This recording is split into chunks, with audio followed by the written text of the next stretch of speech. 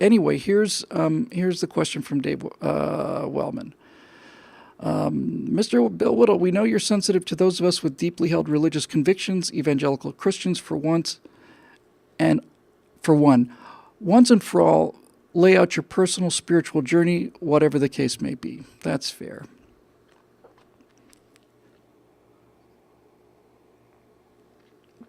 Okay, since you asked. Well, David, I was raised Anglican Church of England. I was baptized at an early age in New York City. We were definitely not a religious family under any circumstances, but education was much different there and much better there. And I went to church, I went to Sunday school pretty much every week for a number of years. And then I remember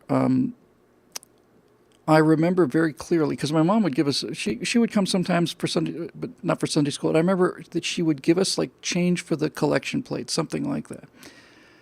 And one time we just said, look, we just don't want to go. I just really don't like it. And I remember her giving me the change to go to Sunday school, and then said, I just really don't want to go. And she said, well, okay. And that was it. It's probably around 8 or 9 at that point. Now, that was that, and I just didn't think about it much, I just didn't. I was 8. I had other things to think about, so I wasn't in any kind of a religious family or anything like that. So, and it was a non, let's see, somebody back there was something going on. Oh, here we go. Here comes the parade. What is this? Is this some kind of execution device, probably? Oh my goodness gracious. Come on now. This is from your Stratosphere Lounge. Oh my God. Seriously? It is? Okay. I'm going to, at the risk of thank you guys. This is so very kind. I want to hold this up. Oh, that's perfect. Okay. It says, happy birthday, Skid. And that's very, very kind of you, to say the least. And yeah, I'm really quite speechless. What's this? Is that a credit list? Yeah. Okay. It looks absolutely delicious, and God knows my desire to lose 7 or 8 pounds has been well thwarted for a week or two. Anyway, that certainly looks kind of like that. Oh my God, here we go. Let's prepare for a gunshot now. This is. Wait. Thank you. Can my beautiful fiance get a glass too? You don't even have to be on camera if you don't want to. You can just clink it off camera if you. Everybody wants to see it though. I don't blame them. I do too. All right, so anyway, that's very, very kind. For those of you that don't know, my birthday's on April 7th. Natasha's on April 6th. We thought that was fantastic. And the night I proposed to her, it was in August, and just by the sheerest of coincidences, it was midnight between August 6th and 7th, so we thought that was kind of cool. So anyway, thank you very, very much. First of all, I drink to my beautiful fiance. There she is. Cheers, cheers. I'm supposed to read this to you. Oh, there she is. Say hi, wave. Hi, everybody. And Carla, come on into frame 2. That's very, very nice. Here's a toast to our steely-eyed missile man. All right. With his eyes on far horizon. Oh, boy. A mentor to many, a hero to us, the conservative cause's best-kept secret. May you never find space so vast, planet so cold, heart and mind so empty that you cannot fill them with common sense. We all wish you a very happy birthday and many more to come. To Skid. Thank you so much. That was very, very, very beautifully written, and everybody knows those. Just calling me Skid makes my hair on the back of my neck stand up. Now, technically, of course, we're all friends here, and it's we're all in private. In public, I don't think you'd get to call me Skid unless you were a pilot. But in any event, we're all pilots today. Thank you so very much. That was really very, very sweet, unspeakably sweet. Every now and then people do things for us, for me and for Natasha and all the rest, that just simply blow me away. It just absolutely blows me away. Thank you. The listening to the whole thing, it's like I was so stressed at the beginning of this thing. I've got 7 things I'm doing at the same time. I'm doing the thumbnails for Right Angle, and then I'm finishing the editing on the Antonia thing, and then I'm getting elements out for the TP USA videos, and I'm doing all of these things, and I've utterly forgotten what I wanted to say. That's happening a lot more too. I just get so frantic. I've lost my train of thought completely. It'll come back to me. But in any event, thank you. Happy birthday to you as well from the people out there in the ether, which is really, really cool. I have no idea what I was about to say. It'll come to me. Thank you, though, everybody. Very, very, very kind of you, and it means the world to me. And it's beautiful cake, by the way. Beautiful. Yeah. Oh, I remember. Yeah, it's like that I'm doing all these things, and I've got all this work to do, and I'm trying very, very hard. I'm trying very, very, very, very hard to escape the title of being conservatism's best kept secret. I'm a little tired of being conservatism's best kept secret. I am kind of looking forward to being, he's conservatism's best speaker. He's not the best secret, and I am the best kept secret. I think that's actually really quite honest appraisal, and I don't know what it is actually, since this is that's rather a personal question, don't you think, Sir Knight? But I suppose it's that I know for a certain fact that people who I admire and friends of mine, like Nick Adams, for instance, is everywhere. He's on Fox every night, and he's a wonderful guy. Not nearly as interesting as I am, obviously. I don't think there is anybody really quite that interesting. Certainly, not to me. And no, he's a wonderful guy, but he promotes himself, and he's out there hustling all the time. I've always had a hard time promoting myself. I've always had a problem with it. It's just not done, I mean, I just don't know. I was raised in such a way that you just don't do that. It's arrogant. And how old? How many candles? Yeah, I wanted to say 57, but it's going to be 58. Oi. Yeah, this kid here, this is what pushing 60 looks like today. I saw pictures of, yearbooks and pictures from people in the 1940s, or especially people in the Old West. They look like they're pushing 60 and they're, 19 years old. So part of that depression I mentioned earlier there, Ian, is good because I was well preserved. I was 6'1", 119 pounds. I was literally starving. To have any money at all, we'd pool our money and try and get a hamburger a day or something like that. It was really, really something else. So in any event, working on trying to be not so much of a best kept secret, but to the degree that I am or are not, having people send me a birthday cake out of the blue is an incredible experience, and I cannot recommend it highly enough to anybody who has got a chance to do it. It's just an amazing thing. It's an amazing thing to be at an airport or walking through a casino or something, and have people just come up to you and say, "I just wanted to say thank you." It's just absolutely astonishing. So 58. How did I get to be so old? I'll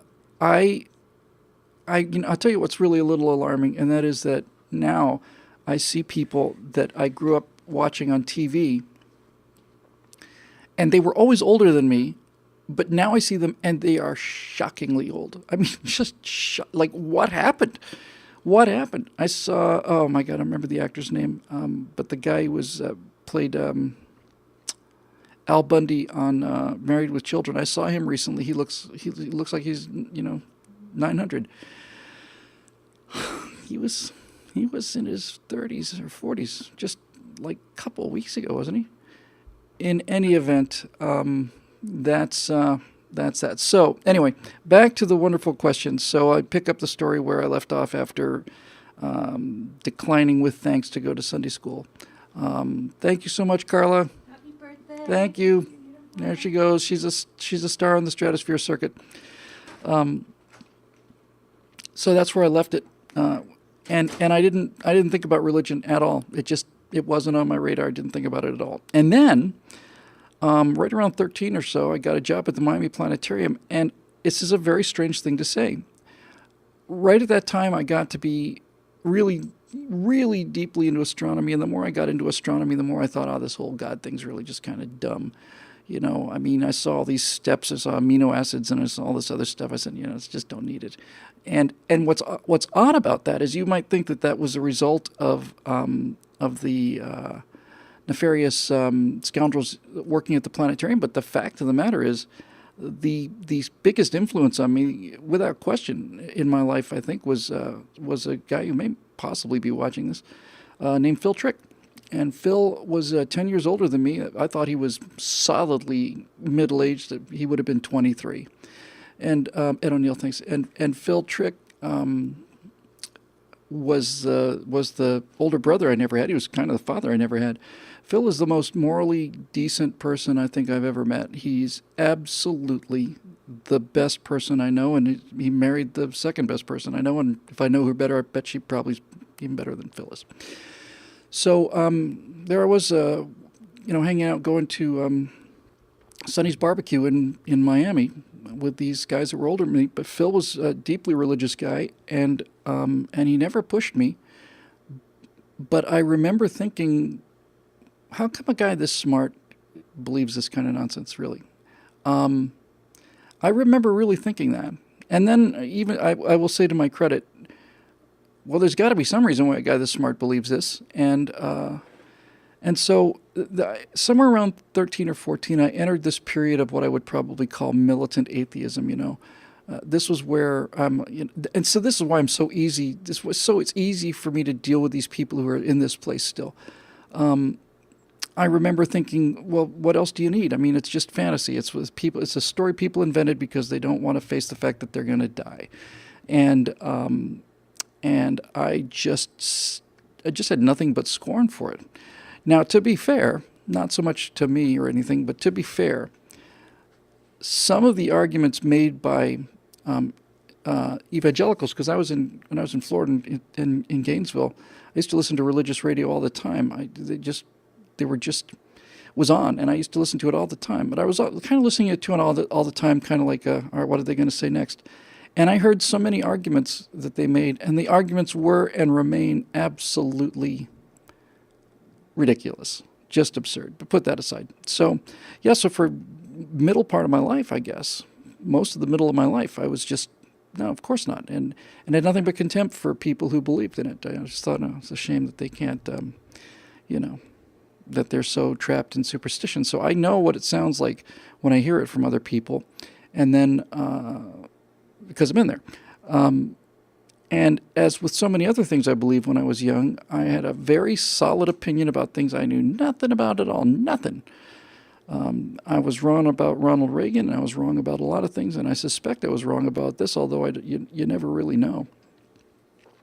One of the things that got me going was not surrounding myself, in fact, on the contrary, but meeting people who were devout Christians, who were very, very, very intelligent and very good people. They're much better people than I was, and I thought that's a data point. That's interesting. But God, I am really losing my memory. Honest to God, I'm really getting worried about it. What the hell was I going to say? I'm just tired, I guess. Where is it? Gone. I'll have a quick drink of champagne. I'll have a slow drink of champagne while I think about it. Thank you. Many questions. Yes. I was talking about the sense of certainty, I guess. That's it. I was just so certain that this was wrong. And the arrogance of that position stayed with me for middle half of my life. And then some interesting things started to happen to me. I remember now, this train is going around the block more and more, but I finally remember, and I come back to where I was. I remember now. I was probably 3 or 4 years into eject, and I was writing these essays, which I never thought I was ever going to make a dime at, let alone make a career out of, and I just had to get them out. And this would have been 2005, so I was probably 46 at the time, somewhere in there. And this is the key now. Somebody wrote me a comment after one of my essays, and I think at that point, either in the comment section or somewhere, I made it pretty clear that I didn't believe in any of this God stuff.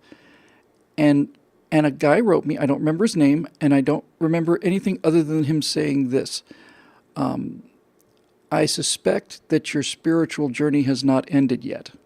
That I remember. And I remember it because it made me so incandescently angry. It just made me absolutely livid. I was just smoke coming out of my ears. I was just so pissed off by this. I thought it was such an unbelievably arrogant and condescending thing to say. Well, your spiritual journey hasn't ended yet. What the hell do you know about my spiritual journey? And I was, and off I went. And that happened. It was one comment somewhere. I guess for many of you, it's the same thing. There's just something gets in there. And it never left me. It never left me. It was that little doubt in there. Not the doubt about religion, it's a doubt about atheism. There's a little doubt in there. Like, So, look, I would call myself, I called myself an atheist because that's where I thought the physical evidence was. And that's been my whole life. I try to find out what appears to be true and stand there for a while. And so the physical evidence, I didn't see anything, and I still don't see anything that is a chasm between the chemicals that are all throughout the universe and life. I don't have any problem with it at all. To say I believe in evolution is it's, as far as I'm concerned, me personally, it is proven in so many different ways with so many different lines of data. So I'm not. That was another part of it too. I just said no, that's just too much evidence. However, somewhere around, I don't know, maybe 5-6 years ago, somewhere in there, my mind was open, and I thought about my friend Phil, and I thought about that comet and a bunch of other people. But somewhere in there, I had read about a quantum experiment. I knew a little bit about quantum, but I never put the two pieces together. And in this experiment, they pass light through a series of two different kind of slits, just very narrow little holes in a piece of cardboard. And I never really did get the details finessed, but basically what they said was, when you pass light through this, maybe I have it exactly backwards, but it's something like this. When you pass light through this, it behaves like a particle unless you observe it, and when you observe it, it behaves like a wave. What now? Yeah. How do you know it's a particle then? Well, the properties that don't show up, something like that. And they said even if the camera's turned on, that'll do it. And I thought, what the hell is this? And more and more and more, I started to get into this idea of the supernatural quality of quantum mechanics, just the sheer disbelief of it. And you don't want to believe any of it's true. It's virtually impossible to believe many of these things are true. I remember my friend Phil, I think it was, saying, he'd say, "What if I knock this hammer off of the workbench here? What's the chance of it hitting the floor?" I said, "Assuming nothing gets in between." Yeah, I said, "It's 100%." He said, "It's not 100%. It's as close to 100% as you'd ever want to be, but technically speaking, all of the atoms in this hammer could make the decision to tunnel in the same direction, and it would actually go up just a little bit." And I thought, come on, he's right. It's 1 in 100 trillion or something like that, but he's right. So I started to realize that what seemed to be just simple dynamics, just simple physics, matter, gravity, energy, fusion, all these things, chemical reactions, all that stuff. I began to realize that when you get down to the brass tacks of all this stuff, this is a very, very narrow view of the universe. And there I was, spent half of my life thinking I had such a broad horizon. And this is why guys like Richard Dawkins are so amusing to me. Dawkins and Neil deGrasse Tyson and all these other pseudoscientists. I read Dawkins' book, The Selfish Gene, I think it was. A brilliant book. And I learned an awful lot about genetics from that book. And I think he's absolutely right about genetics. He's 100% correct. But to interpolate that into this champion of atheism worldview is what I and millions and millions and millions of other people did, but it's a very narrow, I'm not going to call it a dead end, but it's a stop, I don't think their journey is finished. And once I started thinking about this, I realized it's actually very obvious that this militant atheism is in fact a very, very narrow and arrogant view of things. And so I'll run into people who I used to agree with 100%, and they say, well, how can you say that? I said, well, we can agree, right? I mean, we can agree because this happens millions and billions of times a day. Cell phones don't work without these quantum qualities. We can agree that if we observe something, it changes the result. We can observe one thing or the other, but it changes things. And if we have two particles that are entangled, and you look at one, the other one has to become the negative image, and it happens instantaneously, faster than the speed of light. And I that was troubling because it's there, it's real. And it made me realize that maybe I should be thinking about this in somewhat bigger terms. And then I started thinking about time.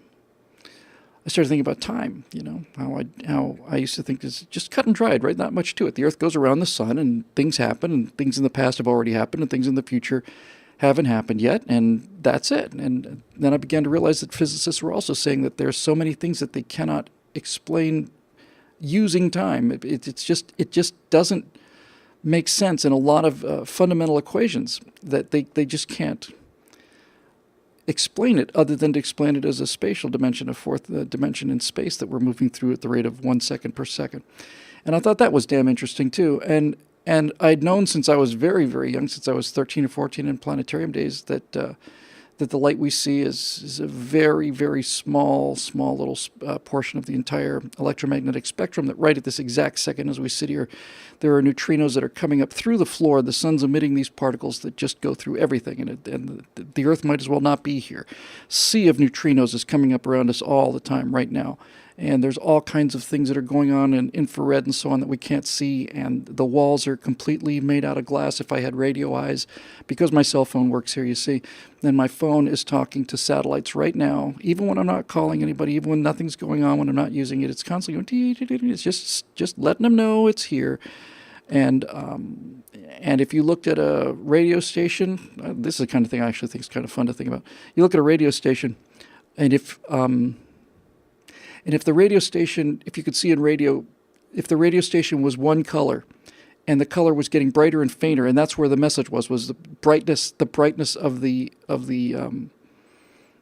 radio light, that would be an AM station. And if the light was the same brightness but it changed color, that would be an FM station. And because amplitude modulation and frequency modulation, one AM radio works by making a radio signal stronger and weaker, and FM radio works by making the frequency shift. So all these things are interesting, and then the satellites up there and all the rest of it. And I just realized it's an extremely arrogant thing to do. But the actual thing that put me over the edge, to be honest with you,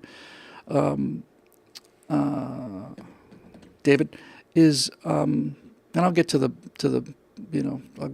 close as we close. I began to realize that if observation changes matter, and that's what all the science says, that's what all the mathematics say. They say that when you observe something, you're basically you're forcing nature to make a choice.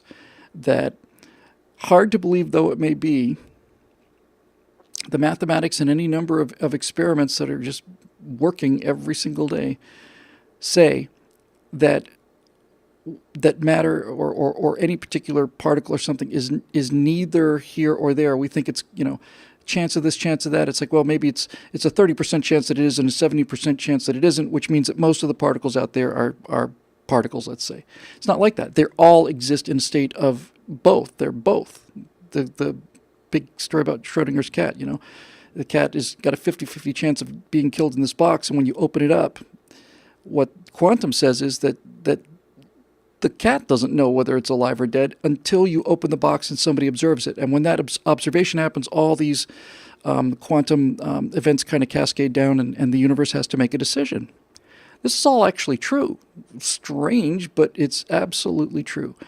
And that led me to the understanding that, look, if human beings are able to observe things and affect them by observing them, and we're doing all of this with a cantaloupe, right? The cantaloupe of gray jelly. if we can do all this with a cantaloupe and gray jelly, influence the structure of matter by observing it, then what could you do if you had a much bigger consciousness, you know? If your observation levels were, say, orders of magnitudes, how much smarter are we than a tapeworm? Are we orders of magnitude smarter than a tapeworm? We're quite a good deal smarter than a tapeworm. And so I realized that if we're able with our human intellects to influence the structure of the universe by observation, then if you had a much more powerful consciousness, then you should be able to do that to a much, much higher degree. And that led me to the belief that, okay, so if you simply observe something or you think about it, you've created the structure of it, and it is. Let there be light, and there was light. And that's a real possibility. And then, as far as the rest of it goes, I still have a lot of problems with the resurrection. I just do.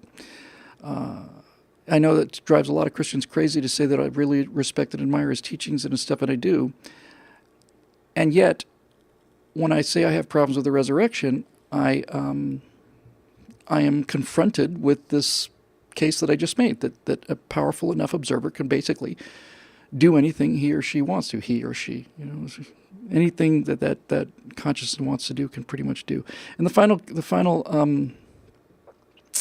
little straw here was some of you may have seen this afterburner I did called Howie, and that little bird changed my life.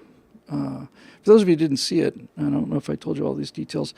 I was walking around my airplane back in the day, I want to say around 2009, 10, 11, somewhere in there. And I was doing a pre-flight inspection and had a high-mounted engine, and the plane had been outside for quite a while, tied down before I'd flown it. And I'm reaching around up there, and I feel something inside the engine cowling, and it feels like twigs. And I reach a little further, and it's a nest. It's a bird's nest. And I pull this nest out very carefully, and sitting there in the middle of this nest is this little fledgling, this little bird about that big. He looked like a punk rocker with his little feathers on the top of his head. And he didn't really have many feathers yet, and his beak was soft and everything. And I had believed, it's not true, but I didn't know that at the time, I'd believed that urban myth about if you touch a baby bird or a nest, then the parents will abandon it because it's got the smell of humans on it and they'll just fly away. It's not true, but I didn't know that at the time. So I thought, okay, well, we can do a number of things here, but the thing that seemed right for me to do was to put the airplane away and go to the pet store and get some bird feed, like a parrot food for young baby birds, and a heat lamp and a little cage and some like little blankets and stuff. So and an eyedropper. And so that little bird had to be fed every half hour for the 7, 8, 13 hours a day. And I just loved it. And, you had to kind of force him at first. And suddenly, all of a sudden, after 3 or 4 days, you'd take the little eyedropper down there. And I opened up his mouth and it's like, wow.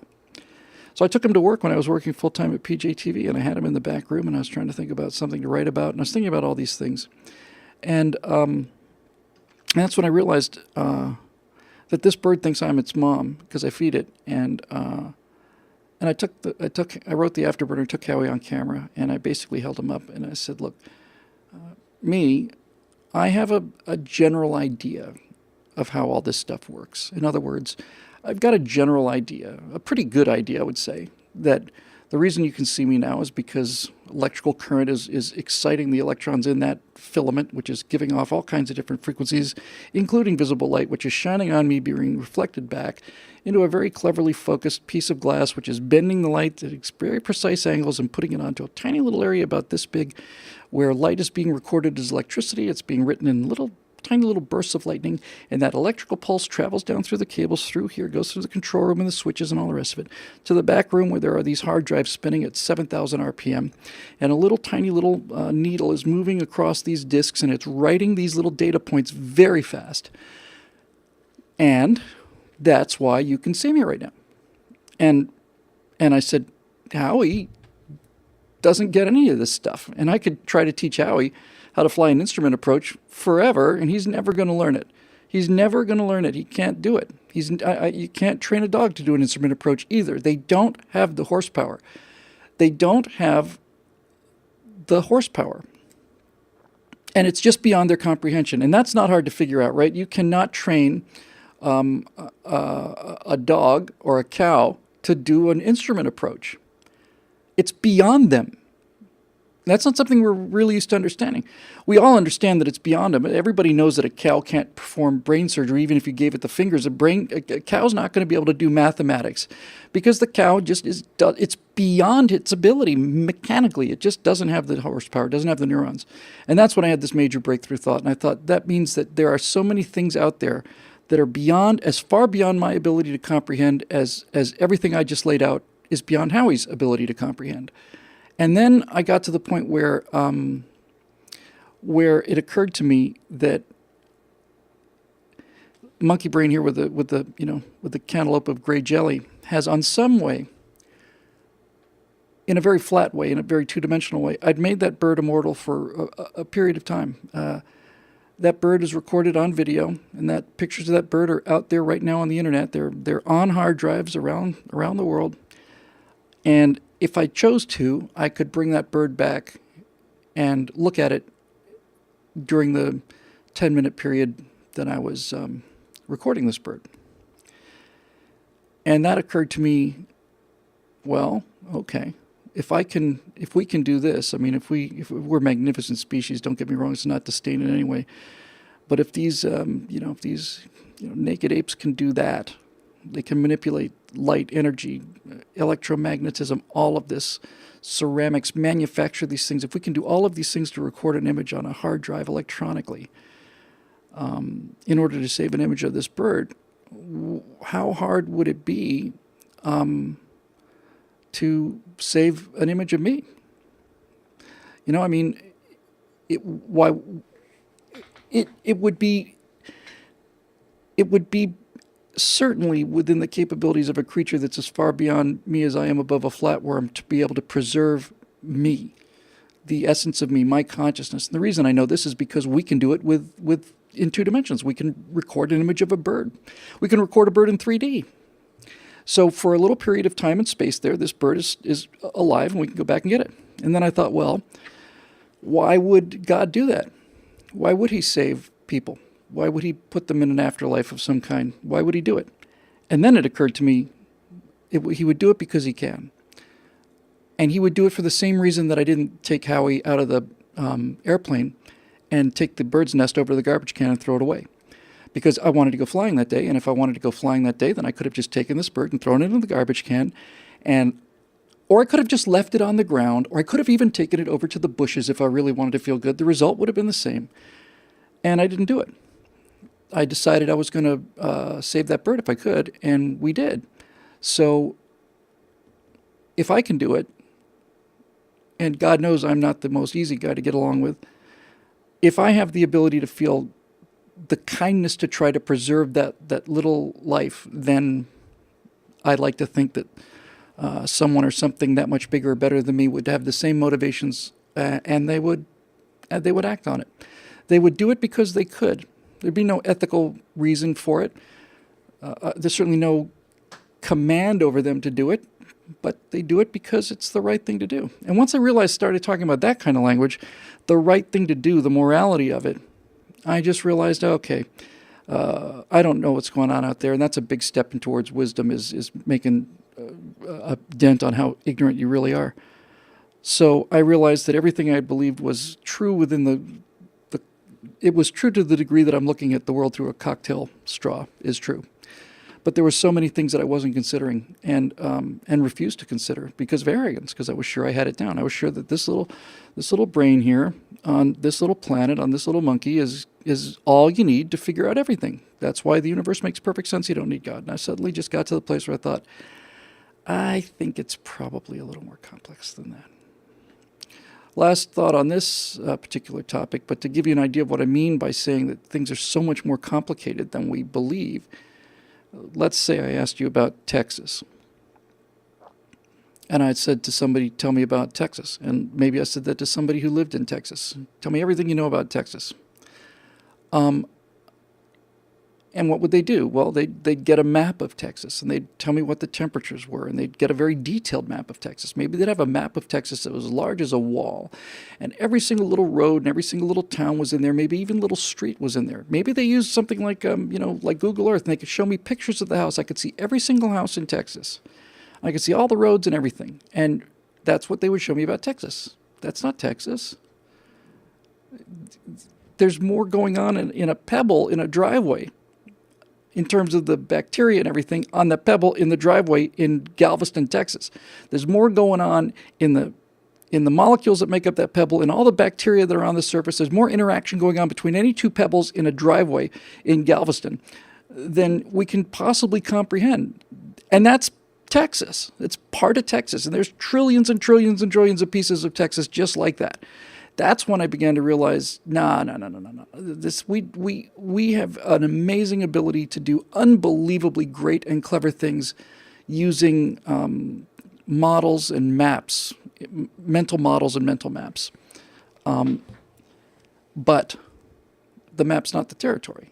And 3D video of every single square inch of Texas, which would take quite a while to watch, is still not Texas. So much going on there that you can't see. So that's when I began to realize the limitations of my ability to observe things and my ability to get to things. And that's when I find things like time. I say, this didn't happen, or what was here before the universe. And Richard Dawkins basically says, I think he says basically verbatim, he says, people say, well, what was here before the universe? And he says, well, what was here before God? What did God evolve from? He says that verbatim in his book, The God Delusion. What did God evolve from? How did God get there? What was God there? And that's when I realized this is you're up against the limit here, because you cannot understand the idea that there was nothing before this. You think, well, you mean there was nothingness? No, there was nothing. What does that nothingness look like? That's the little monkey brain banging up against the wall. What do you mean does it look like? I mean, is it kind of white? These are the kind of things that really fascinate me. If you're aware of it, you can realize where your consciousness just stops because of horsepower. Here's what I believe. I have no question about this at all. I think the Big Bang and everything is just absolutely experimentally tested. All of this stuff makes perfect sense, all of it. And the universe is expanding, and all of the pieces are getting further away from everything else because space itself is inflating. And all of this stuff I understand. And we understand that the universe is a 14 billion year old bubble, and this bubble's just been expanding. So far, so good. And inside all of this stuff is the galaxies and redshifts and gravity and black holes. All of it. Got it. But what is it expanding into? In other words, if this is an expanding bubble of the universe and all the stuff is inside it and it's expanding outward, and that's absolutely true, what is it expanding outward into? And the answer is nothing. And that's where the monkey hits the wall. It's like, what do you mean nothing? Nothing. You mean like a white vacuum? You mean like white? No. Nothing. When I was thinking about these alternate universe things, I said every time a quantum, makes a decision, you have to spin off an entire new universe, the entire universe, all the galaxies and stars and everything in between that. That's what it would say. Every time that something differs from something else because of randomness, it splits off a whole new universe. And I thought, well, that's obviously ridiculous. Where are you going to keep that kind of stuff? And that's when I realized I don't understand infinity either. I think I do, but I don't. Because if there's such a thing as infinity, you can make as many copies of this universe as you would like. And there's room for all of them, and then there's room for all of them again, because infinity is infinity. And I can't get to infinity. And we can get to it mathematically, but we can't get to it emotionally. I don't care who you are.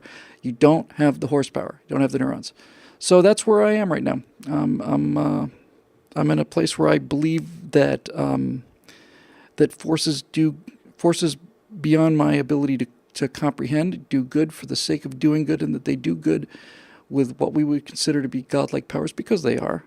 And they do it for the same reason I do it. They do it because they can. They do it because it's the right thing to do. They do it because the bird was unique and needed help. And if I can understand that, I wouldn't imagine it'd be such a tough thing for God to figure it out either. All right, let's see here. We'll do maybe